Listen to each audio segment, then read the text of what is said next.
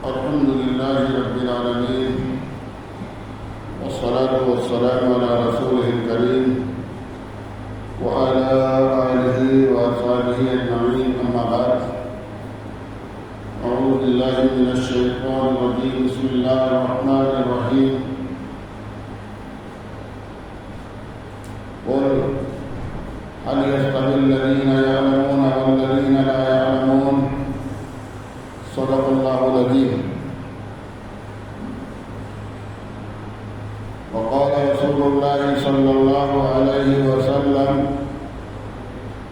خيركم من تعلم القرآن وعلمه، أو كما قال عليه الصلاة والسلام.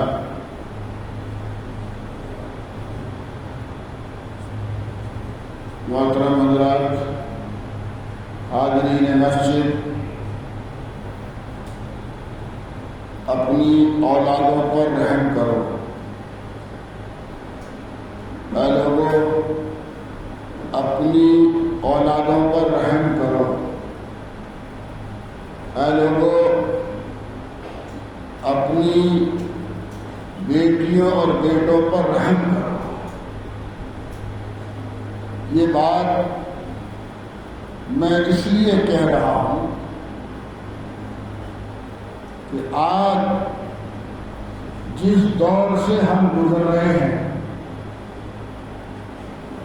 اس ذلت سے، اس رسوائی سے، اس پستی سے، اس خوف سے، اس بے چینی سے، اس ماحول سے اگر ہمیں کوئی باہر نکال سکتا ہے تو وہ خود ہماری ذات ہے.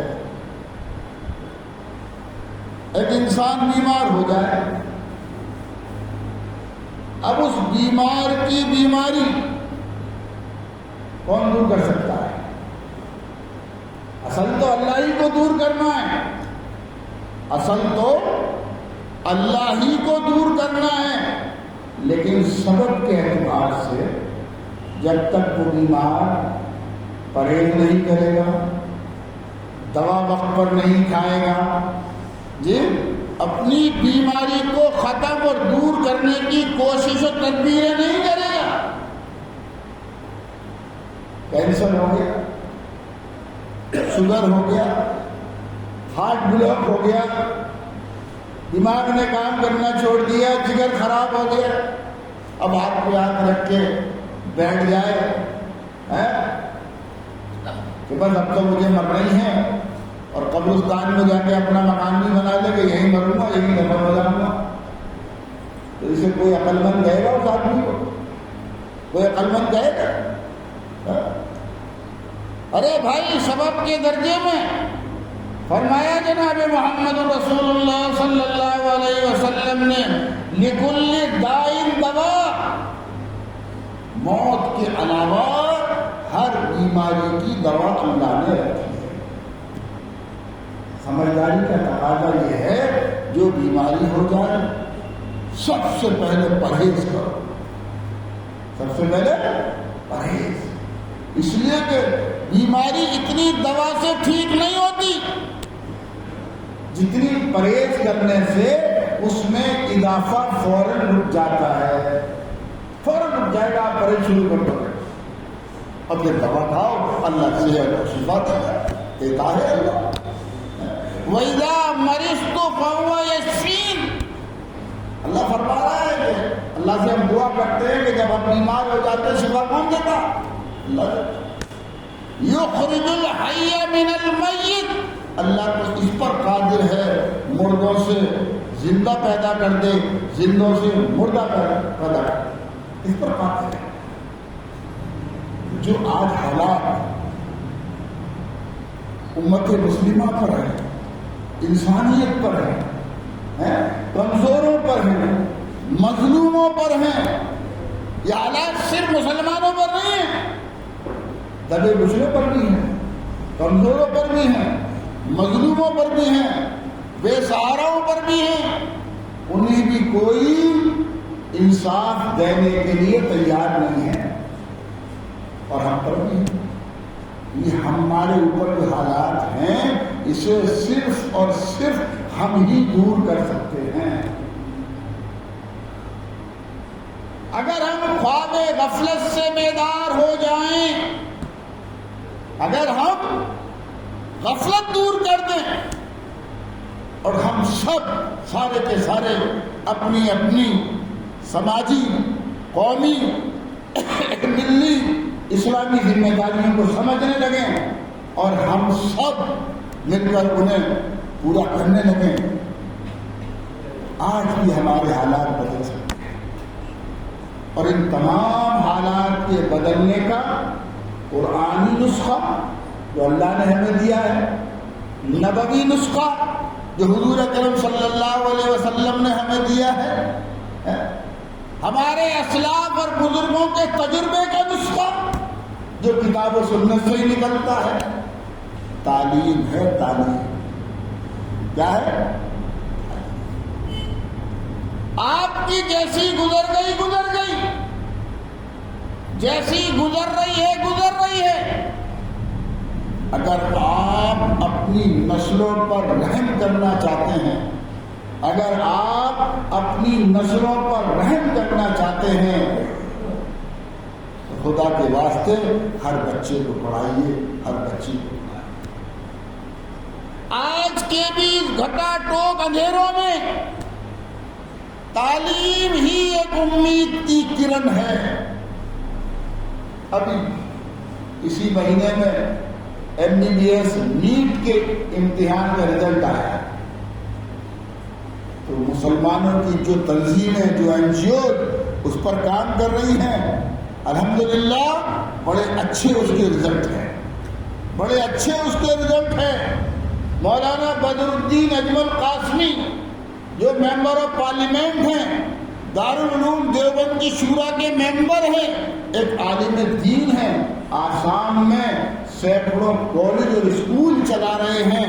ان کے اپنے یہاں سے 350 بچے بچیوں نے نیٹ کوالیفائی کیا ہے، اور اس میں حاجی صاحب 50 قریب ایسے بچے بچیاں ہیں جن کے 600 سے زیادہ نمبر آئے، یعنی جنہیں سرکاری سسٹم کے ساتھ بغیر کسی فیس کے داخلہ ملے گا۔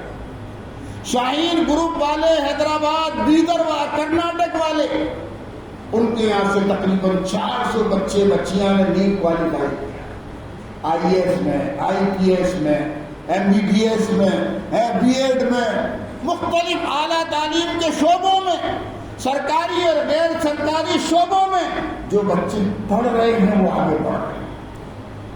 میں خبر میں دیکھ رہا تھا، آپ نے رات میں بھی دیکھا ہوگا، سہارنپور سے 2 حافظ بچوں نے نیٹ کوالیفائی کیا ہے، 2 حافظ قرآن بچوں نے نیٹ کوالیفائی کیا۔ کشمیر سے امام صاحب کی 2 جڑواں بیٹیوں نے نیٹ کوالیفائی کیا، امام صاحب کی بچی۔ آپ کے شہر میں اگر کوئی خدمت خلق والا راشد خان صاحب جیسا افسر ہے یا ڈاکٹر کلیم جیسا کوئی ڈاکٹر ہے تو مریض یہ دیکھ کر ان سے بچتا ہے کہ یہ مسلمان ہیں، ان سے علاج نہیں کرانا ہے؟ بتاؤ مجھے۔ ڈاکٹر کلیم صاحب میں ایک دن جا کے بیٹھ جاؤ، وہاں تمام ہندوستانی علاج کرانے آتے ہیں، کیا مسلم، کیا ہندو، کیا سکھ، کیا عیسائی۔ یہ راشد خان صاحب کھانا منڈی بیٹھے ہوئے کوتوال صاحب، ان کے پاس سب آتے ہیں، یہ دیکھ کے ان کی نیم پلیٹ راشد خان ہے، کوئی دوسرے مذہب کا کہتا میں ان کے پاس نہیں جاؤں گا، ایسا ہے؟ اگر ان سے انصاف ملے گا، ہمدردی ملے گی، اسے بھائی چارہ ملے گا، اس کے زخموں پر یہ مرہم رکھیں گے تو وہ مرہم نہیں دیکھے گا۔ زیادہ بات کرنے کا موقع جمعے میں نہیں ہوتا ہے، اس لیے کہ آپ حضرات نے قسمیں کھا رکھی ہیں کہ ہمیں تو 1 بجے سے پہلے آنا نہیں ہے، قسم کھا رکھی ہے آپ حضرات کہ آدھا گھنٹہ نہیں دینا ہے ہفتے میں 1 دن اپنے لیے، اپنی نسلوں کے لیے، اپنی نسلوں کے مستقبل کے لیے ہمیں آدھا گھنٹہ نہیں دینا ہے۔ 12:30 بجے آ جائیں گے تو زیادہ سننے کو ملے گا، 1 بجے آنا ہے۔ اور مجھے بھی کوشش کرتا ہوں وقت کی پابندی کر لوں، بعض حضرات کام والے بھی ہیں، نوکری والے بھی ہیں، ڈیوٹی والے بھی ہیں، ملازم بھی ہیں بیچارے، ان کا بھی خیال مجھے رکھنا ہے۔ کبھی کبھی آ جائے کرو بھائی، کبھی کبھی آ جائے کرو۔ اسی تعلیمی تحریک کو آگے بڑھاتے ہوئے بات ختم کر رہا ہوں بس.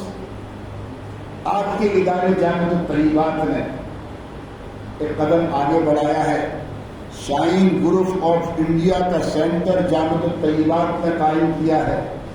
18 مہینے کی کوشش کے بعد جن بچیوں کی عمر 13 سال یا اس سے زیادہ ہے اور انہوں نے پڑھا ہے تو اور کچھ نہیں پڑھا ہے تو ہاسٹل کے ساتھ ان بچیوں کو ہائی اسکول اور انٹر کرا کر نیٹ کی تیاری کے لیے وہ بیدر کرناٹک لے کر جائیں گے.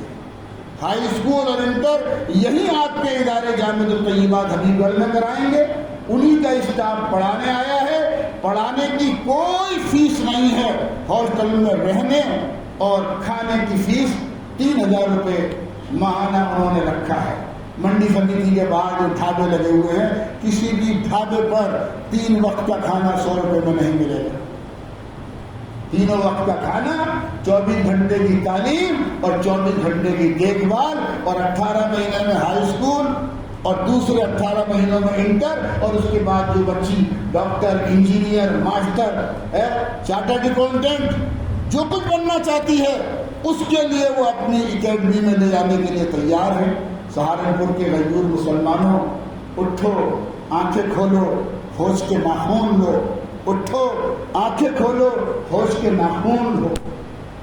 اگر روزانہ کھانے میں 100 پیس جاتے ہیں تو 99 آپ کے ہوتے ہیں, ایک کسی اور کا ہوتا ہے. یہ سب حالات تعلیم کی کمی کی وجہ سے ہیں, شعور کی کمی کی وجہ سے ہیں, بیداری کی کمی کی وجہ سے ہیں. میں نے پچھلے 2 جمعے میں بھی کہا تھا, آج بھی کہہ رہا ہوں. حاجی انوار صاحب جیسے ذمہ دار ساتھی کی موجودگی میں کہہ رہا ہوں. دنیا دیکھتے ہیں یہ بھی اسلامیہ گرلز کالج کے ذمہ دار بھی رہے ہیں اور آج بھی مختلف سماجی اداروں میں یہ ذمہ دار ہیں. آپ سہارنپور میں لاکھوں ہو, لاکھوں یا نہیں ہو, لاکھوں ہو نہیں سہارنپور میں, 4-5 لاکھ تو آپ کے ووٹ ہی ہیں. لاکھوں ہو, لاکھوں. ایک چائے کے پیسے جسے پی کر آپ پیشاب کرتے ہیں, 10 روپے روزانہ. اگر آپ لاکھوں سہارنپور کے مسلمان 10 روپے روزانہ سارے کے سارے اپنی نسلوں کی تعلیم اور تربیت کے لیے نکالنے والے بن جاؤ تو آپ کے ہر بچے, ہر بچی کا الف با تا سے لے کر قرآن کریم, حدیث پاک, ساری دینی تعلیم کے ساتھ ساتھ دنیا کی تمام اعلیٰ تعلیم کا انتظام یہی آپ کے شہر میں ہو سکتا ہے. کرناٹک جانے کی ضرورت نہیں پڑے گی, آسام جانے کی ضرورت نہیں پڑے گی, تمل ناڈو جانے کی ضرورت نہیں پڑے گی, حیدرآباد جانے کی ضرورت نہیں پڑے گی. وہ سارے مسلمان 50 سال پہلے سمجھ چکے ہیں, سر جوڑ کر بیٹھ چکے ہیں اور اربوں کروڑوں روپیہ اپنی خواہشات پہ خرچ کرنے کے بجائے اپنی نسلوں کی تعلیم پر خرچ کر رہے ہیں.